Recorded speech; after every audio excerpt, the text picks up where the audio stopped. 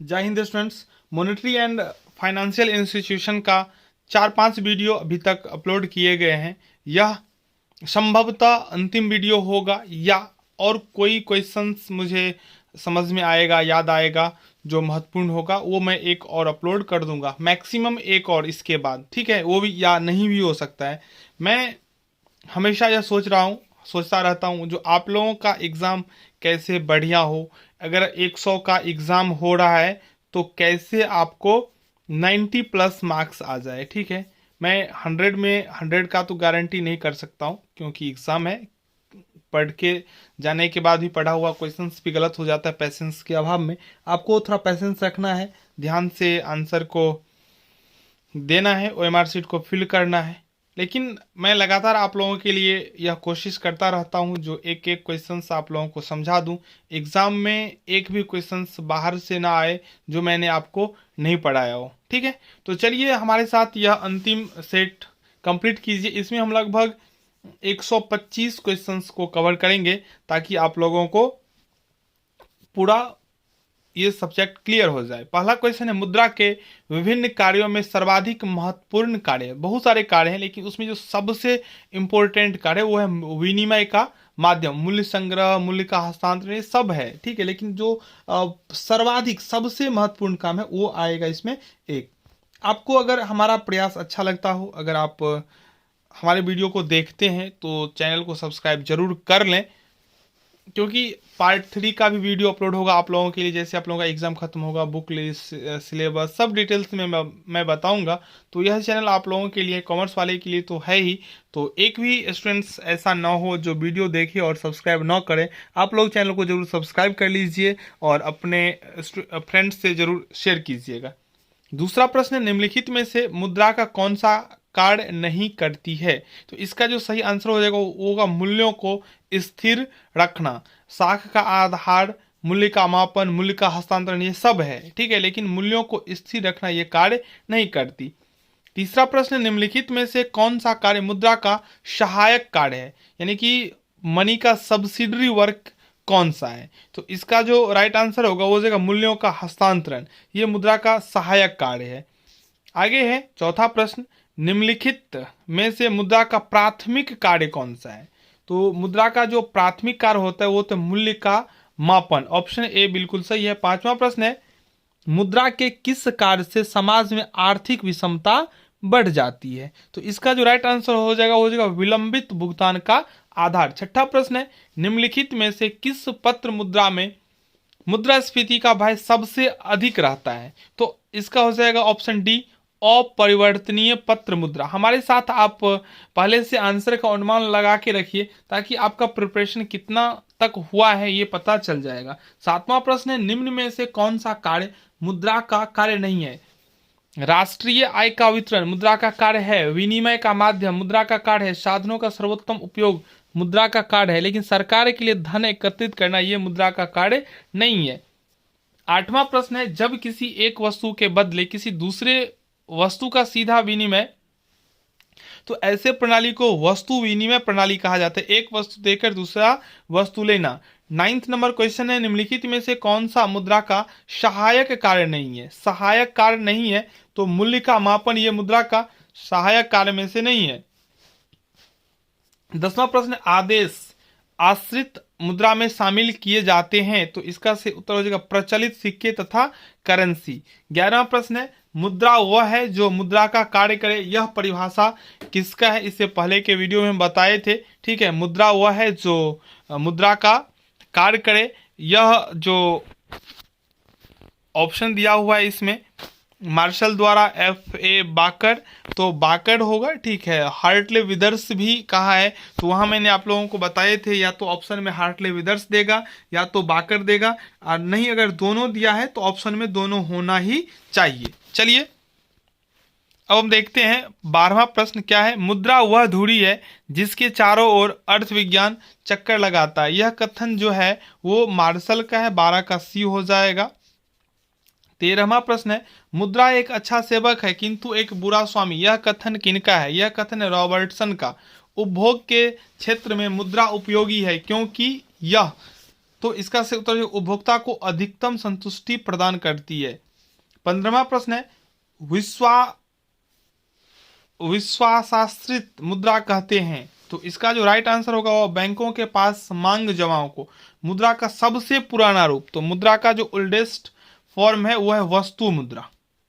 17वां प्रश्न है मुद्रा के प्रयोग से पूंजी की डैश में वृद्धि हो जाती है, तो गतिशीलता में वृद्धि हो जाती है। निम्नलिखित में किसने मौद्रिक नीति पर सर्वाधिक बल दिया है, तो इसका हो जाएगा मिल्टन फ्रीडमैन। 19वां प्रश्न है निम्नलिखित में से किसने राजकोषीय नीति पर सर्वाधिक बल दिया है, किसने राजकोषीय नीति पर सर्वाधिक बल दिया है, तो इसका से उत्तर हो जाएगा किन्स ने। ठीक है। 20वां प्रश्न है प्रथम विश्व युद्ध के बाद मुद्रा स्फीति के कारण जर्मनी में हिसाब की मुद्रा थी, तो इसका जो राइट आंसर हो जाएगा डॉलर। 21वां प्रश्न चेक, हुंडी तथा विनिमय बिलों को किस प्रकार की मुद्रा माना जाता है, तो इसका हो जाएगा ऐच्छिक मुद्रा। 22वां प्रश्न है भारतीय रुपया किस प्रकार की मुद्रा है, तो भारतीय रुपया जो है प्रमाणिक सांकेतिक मुद्रा है। 23वां प्रश्न है निम्नलिखित में से किसे आदेश आश्रित मुद्रा कहते हैं, तो इसका राइट आंसर हो जाएगा सिक्के और करेंसी नोट। 24वां प्रश्न है मुद्रा परिमाण सिद्धांत का सबसे सरल अर्थ है, तो इसका हो जाएगा मुद्रा की मात्रा व सामान्य कीमत स्तर में सीधा संबंध होता है। 25वां प्रश्न है फीसर के समीकरण के अनुसार मुद्रा का वह मूल्य निर्धारित होता है, तो मुद्रा की पूर्ति द्वारा। 26वां प्रश्न है मुद्रा का मूल्य कम होने पर सामान्य कीमत स्तर, तो मुद्रा का मूल्य कम होने पर सामान्य कीमत स्तर में जो है वृद्धि हो जाता है। मुद्रा मूल्य का फीसर समीकरण है, मुद्रा मूल्य का फीसर समीकरण है, तो इसका हो जाएगा P बराबर mv प्लस mv डैश बट्टा t। 28वां प्रश्न है मुद्रा परिमाण का मार्शल का समीकरण है। ये सब उतना इंपॉर्टेंट क्वेश्चन है नहीं भी पूछ सकता है, ठीक है, लेकिन एक बार आप देख लीजिए ताकि अगर पूछ दे तो क्वेश्चन को आप आसानी से सही उत्तर ढूंढ पाए। 28 का जो है वो हो जाएगा डी। चलिए अगला है किन्स का मुद्रा मूल्य सिद्धांत आधारित है। किन्स का जो मुद्रा मूल्य सिद्धांत है वो वास्तविक शेष दृष्टिकोण पर आधारित है। 30वां प्रश्न है मुद्रा मूल्य से आशय है, तो मुद्रा की क्रय शक्ति से। अगला प्रश्न है वास्तविक शेष समीकरण का प्रतिपादन किया, तो वास्तविक शेष समीकरण का प्रतिपादन किया है किन्स ने। 32वां प्रश्न है P बराबर mv बट्टा टी समीकरण में भी का क्या अर्थ है, तो भी का अर्थ होता है मुद्रा की चलन गति। 33वां प्रश्न है फीसर के मुद्रा परिमाण सिद्धांत का दृष्टिकोण है। फीसर के मुद्रा परिमाण सिद्धांत का जो दृष्टिकोण है वह लेन देन दृष्टिकोण। 34वां प्रश्न है मुद्रावादी वे अर्थशास्त्री है जिनका यह मानना है कि, तो इसका से उत्तर होगा ऑप्शन नंबर बी, मुद्रा की पूर्ति कीमत स्तर को प्रभावित करता है। 35वां प्रश्न है मुद्रा परिमाण सिद्धांत के कैम्ब्रिज समीकरण में पीगू द्वारा प्रस्तुत समीकरण है, तो इसका जो करेक्ट आंसर है वो हो जाएगा ऑप्शन नंबर बी। 36वां प्रश्न सट्टे के लिए मुद्रा की मांग बढ़ेगी यदि ब्याज की दर के बढ़ने की प्रत्याशा हो। 37वां प्रश्न मुद्रा मूल्य के फीसर समीकरण में परिवर्तनीय तत्व है, तो 37 का हो जाएगा ऑप्शन बी, मुद्रा की मात्रा। 38वां प्रश्न है रॉबर्टसन के मुद्रा परिमाण सिद्धांत का समीकरण है, तो 38 का हो जाएगा ऑप्शन डी, मुद्रा परिमाण सिद्धांत के प्रतिपादक कौन थे, तो 39 का हो जाएगा बी, फीसर। चलिए 40वां प्रश्न है प्रतिष्ठित अर्थशास्त्रियों के अनुसार मुद्रा की मात्रा एवं सामान्य मूल्य स्तर संबंध होता है, तो इसका हो जाएगा ऑप्शन नंबर बी, सीधा। 41वां प्रश्न कैम्ब्रिज अर्थशास्त्रियों के अनुसार मुद्रा की मांग निर्भर है, तो इसका राइट आंसर हो जाएगा तरलता पसंदगी पर। 42वां प्रश्न फीसर के समीकरण में भी का तात्पर्य क्या होता है, तो ऑप्शन नंबर ए, मुद्रा की चलन गति से। आप लोगों को अच्छा लगता हो तो निश्चित रूप से वीडियो को लाइक कर देंगे, अगर अभी तक लाइक नहीं किए हैं तो चैनल को सब्सक्राइब भी कर लेंगे। 43वां प्रश्न है, किन्स का मुद्रा परिमाण सिद्धांत का समीकरण है? तो इसका हो जाएगा ऑप्शन सी, फीसर के समीकरण P बराबर M/T में M का क्या अर्थ है? तो M का अर्थ होता है देश में प्रचलित मुद्रा की मात्रा। अगला है, फीसर के समीकरण में निम्न में से कौन सा तत्व स्थिर है? तो इसका हो जाएगा ऑप्शन नंबर डी। 46वां प्रश्न है, मुद्रा की पूर्ति बढ़ने एवं मुद्रा की मांग यथावत रहने पर ब्याज की दिशा में क्या होगा? तो इसका जो राइट आंसर होगा वह हो जाएगा ब्याज की दर घटेगी। 47वां प्रश्न है, मुद्रा मूल्य के आय सिद्धांत के अनुसार बचत एवं विनियोग में क्या संबंध है? तो इसका हो जाएगा मुद्रा का मूल्य व वस्तुओं की कीमत दोनों प्रभावित होती है। 48वां प्रश्न है, मुद्रास्फीति का अर्थ होता है? तो मुद्रास्फीति का अर्थ होता है मुद्रा की क्रय शक्ति का घटना। 49वां प्रश्न है, जब मुद्रा की क्रय शक्ति में वृद्धि होती है तो उसे हम लोग क्या कहते हैं? उन्हें हम लोग बोलते हैं मुद्रा का संकुचन। आप पहले से आंसर सोच के रखिए क्योंकि आपको बहुत पढ़ा दिया गया है, ठीक है। 50वां प्रश्न है, मुद्रास्फीति वह स्थिति है जिसमें मुद्रा का मूल्य गिरता है और कीमत बढ़ती है। यह कथन जो है वह है प्रोफेसर क्राउथर का। 51वां प्रश्न है, स्फीति अंतर की धारणा का प्रतिपादन किसने किया? तो यह हो जाएगा प्रोफेसर किन्स ने। 52 नंबर प्रश्न है, भारत में मुद्रा स्फीति का निम्न में से कौन सा प्रमुख कारण होता है? तो 52 का जो आंसर होगा वो हो जाएगा ऑप्शन नंबर बी, हीनार्थ प्रबंधन। 53वां प्रश्न, मुद्रास्फीति का सबसे बुरा प्रभाव पड़ता है? सबसे बुरा प्रभाव पड़ता है निर्धन वर्ग पर, गरीब पे। 54वां प्रश्न, मुद्रा प्रसार अन्यायपूर्ण है तथा मुद्रा संकुचन अनुपयुक्त। यह कथन किनका है? तो किन्स का। आगे है 55 नंबर प्रश्न, निम्न में से किस परिस्थिति में सरकार को अतिरिक्त उत्पादन के लिए भी तैयार रहना चाहिए? तो इसका हो जाएगा मुद्रा संकुचन की स्थिति में। 56वां प्रश्न है, मुद्रा संकुचन को नियंत्रित करने का मौद्रिक उपाय है? तो ऑप्शन नंबर सी इसका राइट होगा। 57 है, अर्थशास्त्र में व्याप्त मुद्रास्फीति के दबाव को कम करने के लिए निम्न में से किस नीति को अपनाना चाहिए? तो 57 का जो राइट आंसर हो जाएगा वो हो जाएगा उपर्युक्त सभी उपाय। 58 नंबर प्रश्न है, भारत में हाल ही के वर्षों में मुद्रास्फीति बढ़ी है, इसका कारण क्या है? तो इसका जो कारण है वो है बढ़ता हुआ गैर विकास व्यय। 59 नंबर प्रश्न है, भारत जैसे विकासशील देशों की मुद्रास्फीति पर नियंत्रण के लिए किस उपाय को प्राथमिकता देना चाहिए? तो इसका जो करेक्ट आंसर होगा वो हो जाएगा राजकोषीय घाटे पर नियंत्रण। 60वां प्रश्न है, मुद्रा अपस्फीति का उद्देश्य क्या होता है? तो इसका राइट आंसर हो जाएगा मूल्य स्तर में कमी, 60 का ए। 61वां प्रश्न है, कीमत बढ़ने के साथ यदि उत्पादन भी बढ़ता है तो इस स्थिति को क्या कहा जाएगा? तो इस स्थिति को कहा जाएगा मुद्रा संस्फीति। 62वां प्रश्न, मुद्रा संकुचन का अर्थ होता है? तो मुद्रा संकुचन का अर्थ होता है वस्तु व सेवाओं की तुलना में मुद्रा की पूर्ति में कमी। 63वां प्रश्न है, जब मुद्रा की पूर्ति उसकी मांग से अधिक हो जाती है तो उसे कहते हैं? तो इसका जो है वो कहा जाता है मुद्रा प्रसार। मुद्रा संकुचन की स्थिति में सामान्य मूल्य स्तर में क्या होता है? कमी आ जाती है। मुद्रा प्रसार की स्थिति में निम्न में से कौन से वर्ग को हानि होती है? मुद्रा प्रसार की स्थिति में किस वर्ग को? तो निश्चित आय वाले जो भी व्यक्ति होते हैं। 66वां प्रश्न, निम्नलिखित में से सही कथन है? तो सही कथन अगर आप देखेंगे तो ऑप्शन नंबर बी बिल्कुल सही कथन है। मुद्रा संकुचन की अपेक्षा मुद्रा प्रसार कम भयावह होता है। मुद्रा प्रसार में मुद्रा का मूल्य क्या होता है? तो मुद्रा प्रसार में मुद्रा का मूल्य जो है घट जाता है। 68वां प्रश्न है, मुद्रा प्रसार को नियंत्रित करने का सर्वोत्तम उपाय क्या है?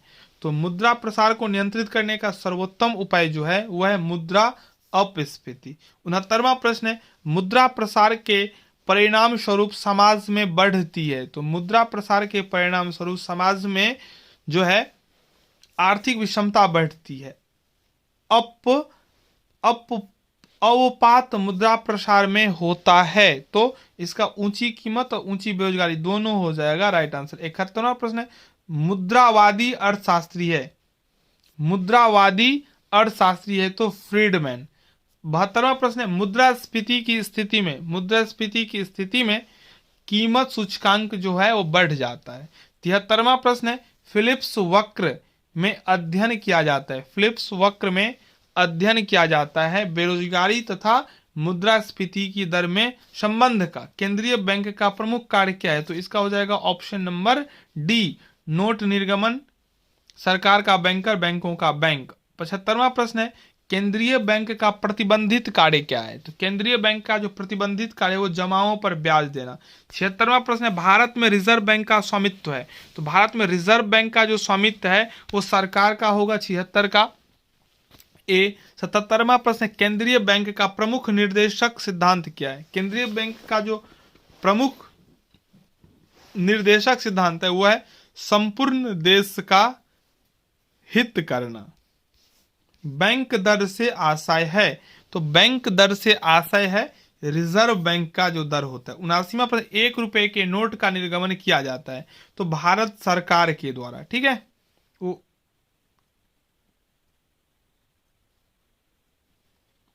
चलिए 80वां प्रश्न है, भारत में रिजर्व बैंक को नोट निर्गमन के पीछे कितने करोड़ का स्वर्ण मान रखना पड़ता है? तो 80 का जो आंसर हो जाएगा वो हो जाएगा 115 करोड़। 81वां प्रश्न है, व्यावसायिक बैंक को तरल कोष किसके पास रखने पड़ते हैं? व्यावसायिक बैंक को तरल कोष जो है वो रिजर्व बैंक के पास रखने पड़ते हैं। 82वां प्रश्न, निम्नलिखित में से कौन सा केंद्रीय बैंक का कार्य नहीं है? तो केंद्रीय बैंक का जो कार्य नहीं है उसमें शामिल होता है यात्री चेक जारी करना। 83वां प्रश्न है, साख नियंत्रण की चयनात्मक प्रणाली में कौन सी विधि सम्मिलित होती है? तो 83 का हो जाएगा सी, खुले बाजार की क्रय। 84वां प्रश्न है, बैंक का अनिवार्य कार्य है। तो बैंक का जो अनिवार्य कार्य है वो है जमा स्वीकार करना, धन उधार देना। तो उपयुक्त दोनों हो जाएगा आंसर। 85वां प्रश्न है, बैंक वह संस्था है। तो इसका जो राइट आंसर होगा वो हो जाएगा उपरोक्त सभी जिसका प्रमुख व्यवसाय बैंकिंग कार्य करना है, जीविकोपार्जन का साधन, जनता एवं सरकार द्वारा मान्यता प्राप्त। 86वां प्रश्न है, देशी साहूकारों को बैंक का दर्जा प्राप्त नहीं है क्योंकि इनके पीछे का रीजन पूछा है। तो डी हो जाएगा सही आंसर। प्रमुख कार्य मुद्रा एवं साख का लेन देन नहीं है, जीविकोपार्जन का एकमात्र साधन नहीं है, सरकार द्वारा स्वीकृति नहीं है। चलिए अगला प्रश्न 87वां है, किसी भी देश का प्रमुख बैंक होता है। तो केंद्रीय बैंक होता है, 87 का बी। 88वां प्रश्न, देश में मुद्रा एवं साख के लेन देन का कार्य प्रमुख रूप से कौन करता है? तो इसका राइट आंसर हो जाएगा व्यापारिक बैंक। 89 नंबर प्रश्न, विदेशी विनिमय की गतिविधियों में लेन देन करता है। विदेशी विनिमय की गतिविधियों में लेन देन करता है। तो इसका हो जाएगा विनिमय बैंक, ऑप्शन नंबर सी। साख का आशय है, तो बैंक द्वारा निर्मित क्रय शक्ति। 90 का सी हो जाएगा। 91 नंबर प्रश्न है, साख ऐसा विनिमय कार्य है जो एक निश्चित अवधि के बाद पूर्ण होता है। यह परिभाषा किसने दिया है? तो यह परिभाषा प्रोफेसर जीड द्वारा दिया गया है। 92 नंबर प्रश्न है, निम्न में से कौन सा तत्व साख की विशेषता में नहीं आता है? तो 92 का राइट आंसर हो जाएगा नगद भुगतान। 93 नंबर प्रश्न, सुरक्षित साख का क्या अर्थ होता है? तो सुरक्षित साख का अर्थ होता है साख पर गारंटी उपलब्ध।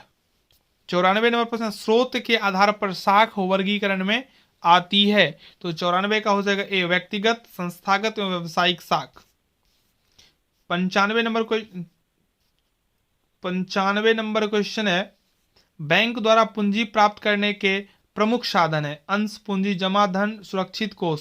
तो इसका राइट आंसर हो जाएगा उपरोक्त सभी।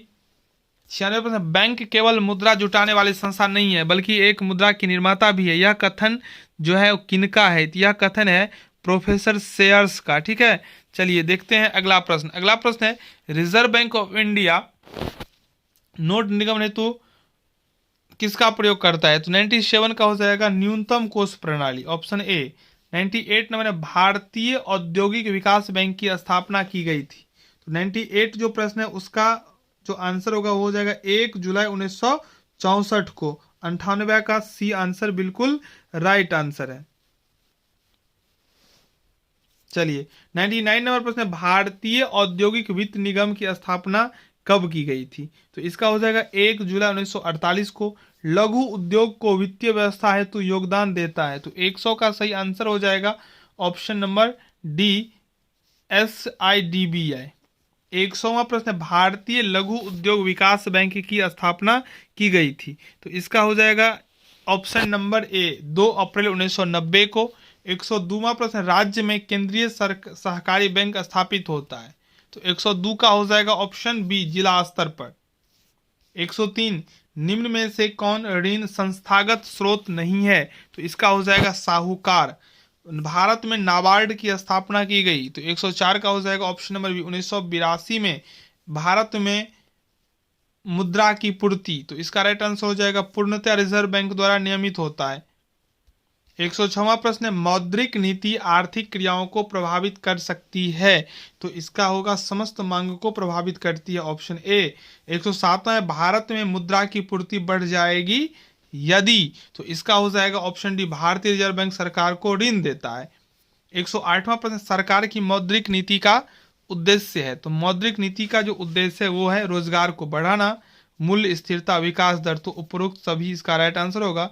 109वां प्रश्न है, साख का निर्माण का अर्थ होता है, साख का निर्माण का जो अर्थ होता है वो होता है कुल मुद्रापूर्ति में वृद्धि। 110वां प्रश्न है, ऋण जमा का निर्माण करते हैं, यह कथन किसका है? यह कथन दिया हुआ है हार्टले विदर्स का। साख सृजन की सीमा निम्न पर निर्भर करता है, तो इसका सही उत्तर हो जाएगा देश में मुद्रा की मात्रा, बैंकिंग आदत, ये डी हो जाएगा इसका आंसर। 112वां प्रश्न, व्यापारिक बैंकों के साख सृजन का आधार है, तो 112 का जो सही उत्तर हो जाएगा वो हो जाएगा नगद एवं साख जमा। 113वां प्रश्न है, ग्रामीण व कृषि साख की आवश्यकता है, तो इसका सही उत्तर हो जाएगा उपरोक्त सभी ऑप्शन डी, कृषि उत्पादन, सिंचाई व्यवस्था, कृषि विपणन। 114वां प्रश्न है, गैर कृषि अनुत्पादक कार्य है, तो इसका हो जाएगा ऑप्शन ए, अवधि के अनुसार साख होती है, तो इसका उत्तर हो जाएगा अल्पकालीन, दीर्घकालीन, मध्यकालीन, इसलिए उपरोक्त सभी। 116वां प्रश्न, संस्थागत साख में सम्मिलित है, संस्थागत साख में सम्मिलित है नाबार्ड के द्वारा देय ऋण, राज्य स्तर पर सहकारी साख संस्थाओं शीर्ष बैंक है, तो इसका हो जाएगा राज्य सहकारी बैंक। तो अभी के लिए इतना ही, जितना भी महत्वपूर्ण क्वेश्चन था जो हमें लगा जरूरी है वो आप लोगों को बता दिए हैं, और एक वीडियो हो सकता है तो सुबह तक अपलोड कर देंगे, नहीं तो आप लोगों का मॉनेटरी कंप्लीट हो चुका है। एक एक वीडियो को ध्यान से देख लें, सबका लिंक इस वीडियो के डिस्क्रिप्शन में मिल जाएगा। धन्यवाद।